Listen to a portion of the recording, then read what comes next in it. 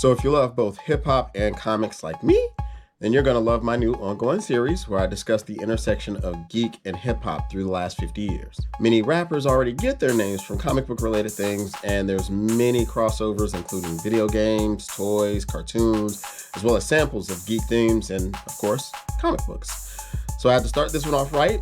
So the way I did that is got into a little digging, and I found the first hip-hop comic, Rappin' Max Robot by the incredible Eric Orr. Eric Orr, straight out the Bronx, and while he considers himself an artist-designer, he was doing graffiti tags and collaborating with early rap heavyweights like Busy B, DITC, and Masters of Ceremony doing logos. His claim to fame was Robot Head, which he used as a trademark, which turned into Rappin' Max Robot.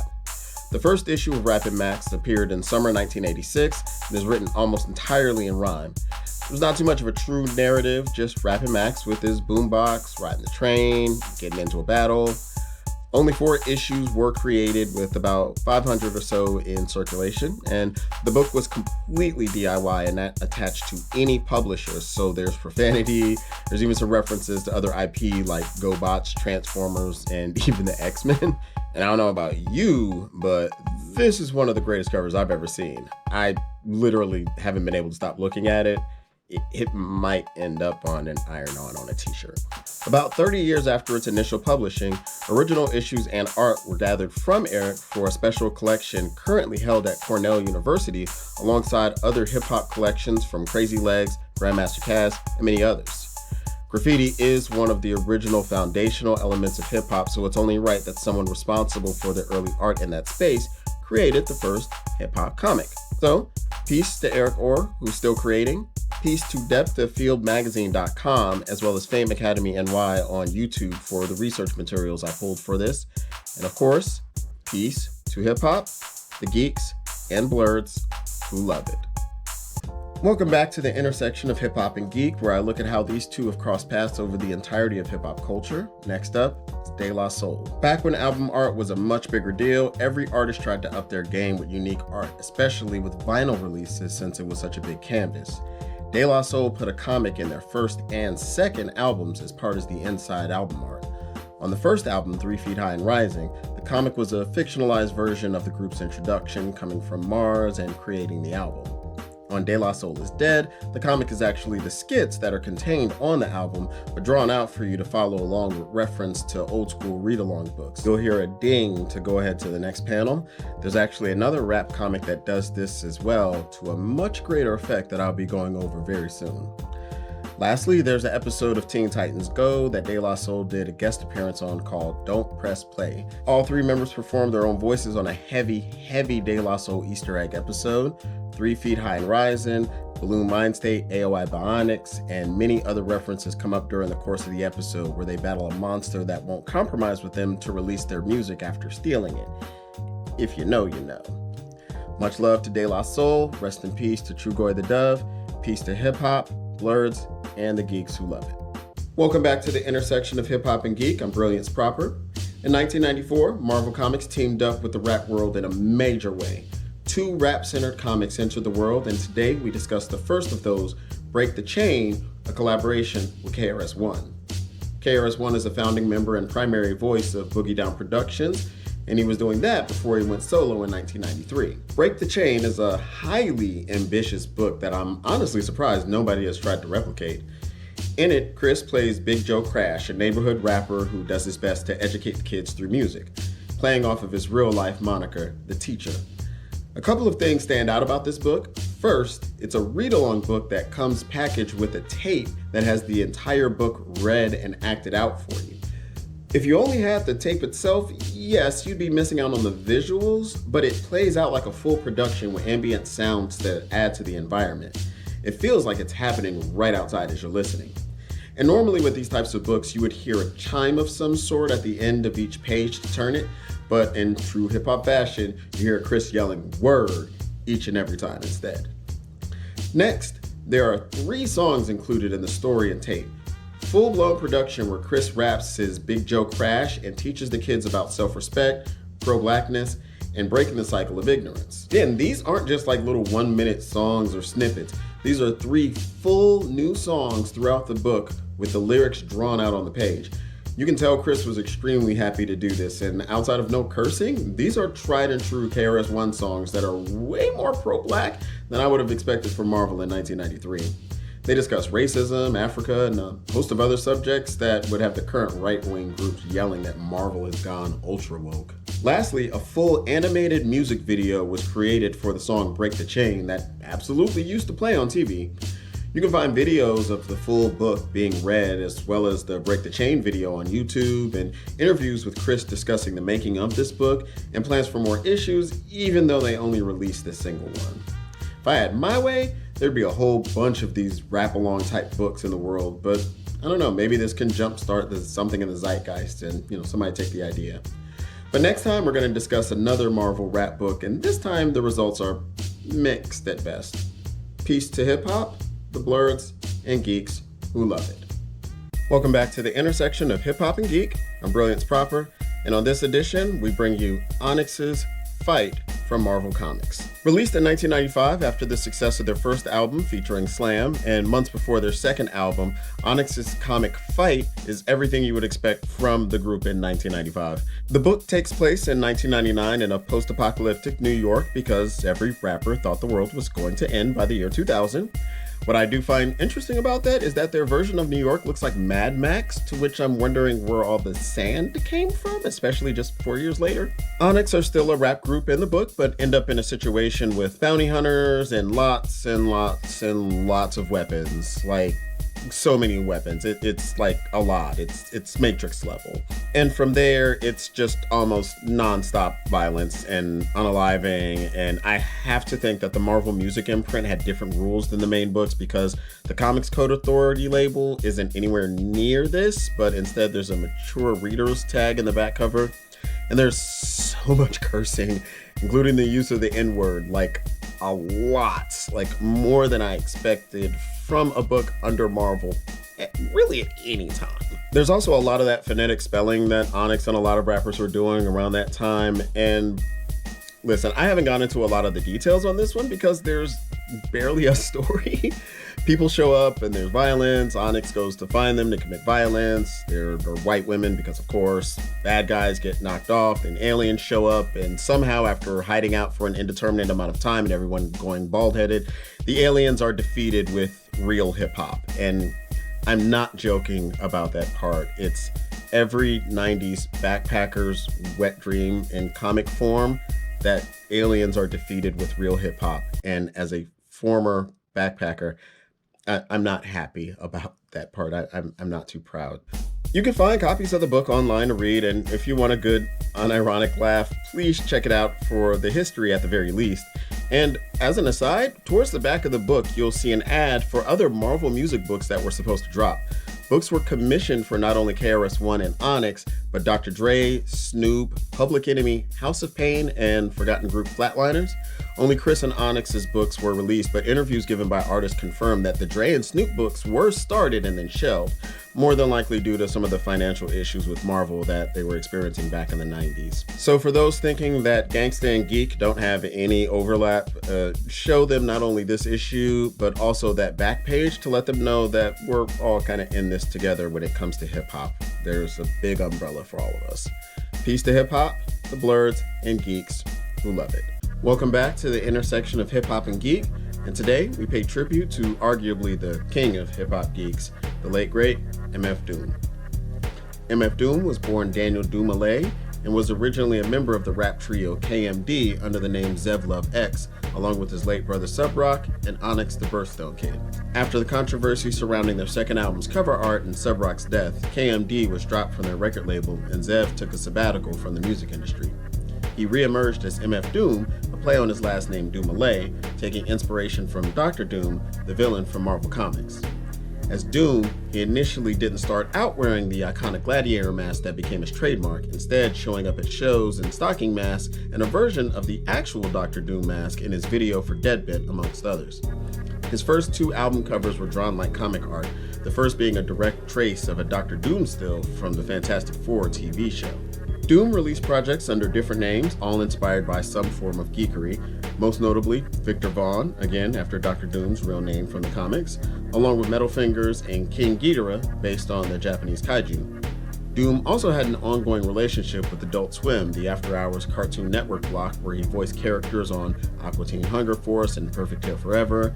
He also hosted a Christmas block for them and released the album The Mouse and the Mask with Danger Mouse as Danger Doom that features snippets and voice work from almost every Adult Swim show at the time. MF Doom made it cool to bring hip-hop and geek together at every opportunity, and we salute him for that. Peace to hip-hop, the Blurs, and geeks who love it. Welcome back to Hip Hop Geek Crossovers. I'm Brilliance Proper, and today we discuss The Boondocks. Created by Aaron McGruder in 1996, The Boondocks started at a college paper and quickly jumped to the most hip-hop publication around, The Source magazine. After a couple of years of getting into hot water by referencing many rap personalities, including Puff Daddy, it was picked up as a daily strip and started its national newspaper run in April 1999. Almost immediately, the strip started referencing hip-hop culture as well as being a reflection of it, with the two lead characters, Huey Freeman being a more underground rap fan, referencing more political and conscious leanings, while Riley Freeman was more of a gangster rap kid.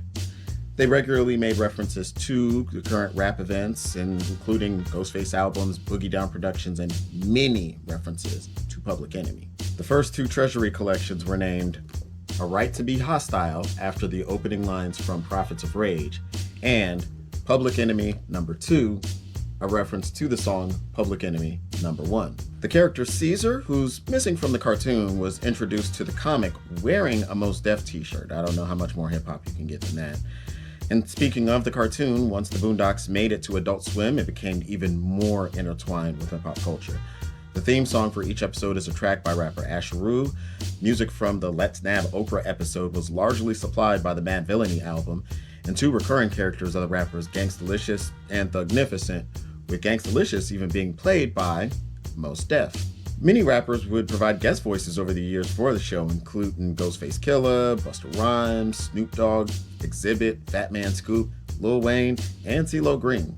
At one point, Riley even shows off his graffiti skills for an entire episode. And what could be more 2000s hip-hop than a mixtape?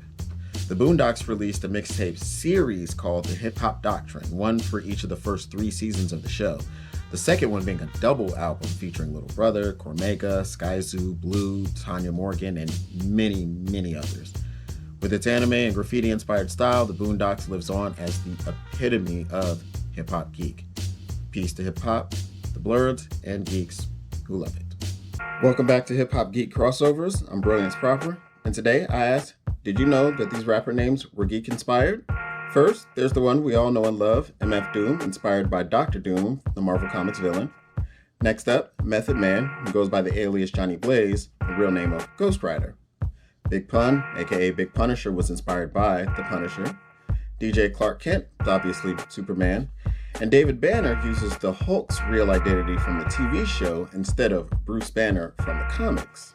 DJ Green Lantern, obviously Green Lantern from DC. Jean Grey is Jean Grey from the X-Men. And fun fact, she used to go by the name What. There's 2 Justice Leagues. One is the production team Justice League, who was produced for Mary J. Blige, Ghostface, Conway, and many others. Then there's the Justice League out of North Carolina that used to include Little Brother, Legacy, the Away Team, and many others.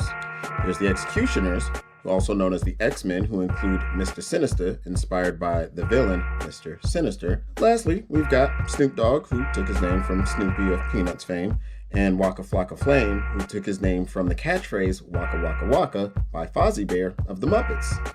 What other names did I miss? Any others that you want to let me know? Go ahead and comment them. Peace to hip-hop, the Blurs, and geeks who love it. Welcome back to Hip Hop Geek Crossovers, and today we celebrate the one and only Czarface. Czarface is comprised of Inspectah Deck from Wu-Tang Clan and the MC-producer duo 7L and Esoteric.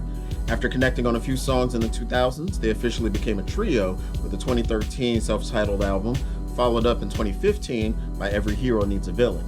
After this, they established their own label Silver Age, a nod to that era of comics, releasing about a dozen albums, including 2 collaboration albums with another hip-hop geek, MF Doom, as well as fellow Wu-Tang Klansman, the Iron Man himself, Ghostface Killah. Every album includes the Jack Kirby-inspired Czarface character, originally drawn and created with artist L'Amour Supreme, prominently on the cover alongside the album artwork inside and out, carrying out a complete story each and every time. What set Czarface over the top with the Geek crossovers are the Czarface tie-in products that turn true fans into collectors. Czarface not only creates dope rap music with lots of comic references sprinkled throughout just about every verse, but has enough product tie-ins to rival Star Wars. There are dozens of shirts, but there's also plenty of action figures in different molds and colors. There's lunchboxes, trading cards, a mini turntable, a full playset that includes Czarface's rival Impostar, pins, socks, a shoe collaboration with Saucony, and of course, graphic novels. They even had a pretty prominent placement on the Venom Let There Be Carnage soundtrack. You can read Czarface comics on their official website, as well as check out their graphic novels, and listen wherever you get your music. Peace to Czarface, hip hop, the Blurs, and geeks who love it. Welcome back to Hip Hop Geek Crossovers. I'm Brilliance Proper, and today we're going to discuss a personal favorite of mine, the Marvel hip hop variants. Marvel has come up a few times in this series already, and there's probably going to be a couple more entries, but today we're going for a particular section, the Marvel hip hop variants. Marvel had dipped their toes in rap-related covers like the Mighty Avengers #3 in 2013 that dropped alongside Eminem's Marshall Mathers LP 2, as well as a couple of the Run the Jewels inspired variant covers for Deadpool and Howard the Duck in early 2015. But by the end of the year, they started the official hip-hop variant cover series that stretched until 2017 as alternate covers for 146 total issues. There are a lot of covers you would expect, like LL Cool J's Bad album with Luke Cage, The Great Adventures of Slick Rick with Gwen Stacy, and Only Built for Cuban Links with Amadeus Cho's version of The Hulk. But we also get some deep cuts like Rhymefest's Man in the Mirror mixtape used for International Iron Man, Masters of Ceremony for X-Men Blue, and even a full circle moment where Jean Grey's audiobook/album The State of was used for Jean Grey #1. And in a full-on meta moment, 3 variant covers were actually released as special edition vinyls of the actual albums they were inspired by. Get Rich or Die Trying, but with Iron Man, Mama Said Knock You Out, but with Punisher, and Liquid Swords with Contest of Champions, all available to purchase with limited edition albums and the issues themselves. That was probably the best idea all around with this. And I do want to show off my former collection, as I had about 55 issues myself that I displayed on my walls, and I would pose in front of that thing all the time because it was the perfect backdrop. Unfortunately, I had every issue of mine stolen, and I've been trying to start my collection back over again from scratch, but the prices on almost every issue went through the roof, so there was no way I could afford them all again. But if you do have some, please cherish them. I cherish the few that I have left. Oh, and I couldn't call myself a journalist if I didn't tell you about Long Boxes on 22s, a Tumblr page by Julian Little and Sean Costley that was doing mock variant covers for years before Marvel ran with the idea, as well as another artist named Kenny Keel, all of whom are still active on Twitter and creating art. Go show them some love for their work too. And lastly, after the hip-hop variants were finished, they actually released a limited 5-issue run of rock album covers, and that was all they got. Hope you like what you heard. Repost if I said anything you think others would like to hear. Peace to hip hop, the Blurs, and geeks who love it. Story time. All right, so I said I was going to do more stories about my personal life once I got more followers, so here you are. So thanks. So while I'm this big hip hop geek now, wasn't always this way, and I wanted to give some details a little bit more into my journey. So first off, my dad is the original hip hop geek in my world. Definitely surpassed him though at this point, but we moved around a lot when I was a kid because my mom was in the army, and one constant was that there was always like Archie comics and the PX and the Shopette, so I was reading those from about maybe 5 to like 9 or 10 years old. At the time, we ended up in Savannah, Georgia, and he took me to my first actual comic book store where I got hooked on Marvel Comics. This is around when I saw him for the first time. It was a picture when he was like 19 reading The Incredible Hulk before I was born.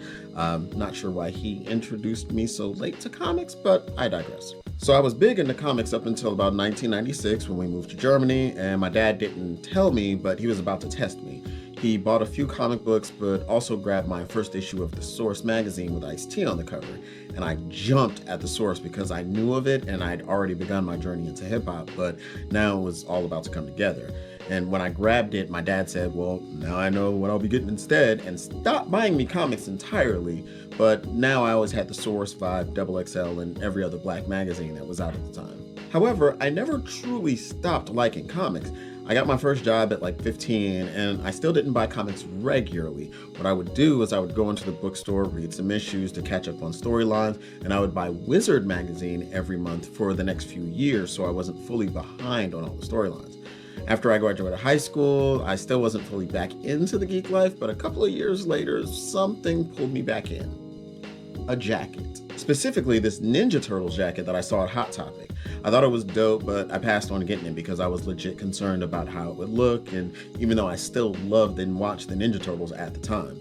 I only wore like Fat Farm, Fubu, Echo, and all the name brand stuff, and I hadn't worn a character shirt since I was in like elementary school. Then a few weeks later, me and my homie went to a club and I saw this black man wearing the Ninja Turtle jacket looking fly. Everyone thought he looked cool. Nobody stared all weird. He was legit unbothered. I loved it. And I realized at that point I should have stood on my love of geek shit and went back to Hot Topic to get the jacket, and the jacket was gone, never to be seen again. After that, I said never again. They started releasing Marvel fitted hats. I copped a few. Wolverine, Marvel fitted. Tokidoki Marvels. These are old. These are very old. Marvel, Fantastic Four. They're like 20-year-old hats. I don't care. I said I was gonna get them. I eventually started reading comics full-time again, especially after 2011 when I met my man Sydney, who worked at a comic book store and still does to this day. And he's older than me, so seeing another adult black man loving comics just gave me all the joy in the world. He and I used to record a podcast for the store and even recorded a music video there called Original Geek with my friend Steven that gifted me some of my favorite pop toys. I say all this to say, be you. Don't shy away from who you are. There's more than one way to be black, and that includes geek, hip-hop, alt, emo, punk, a mixture of those things or none of the above. Just do you and you'll be happier for it. I know I am. Peace to hip-hop, the blurs, and geeks, and my black people that love it all. Do you.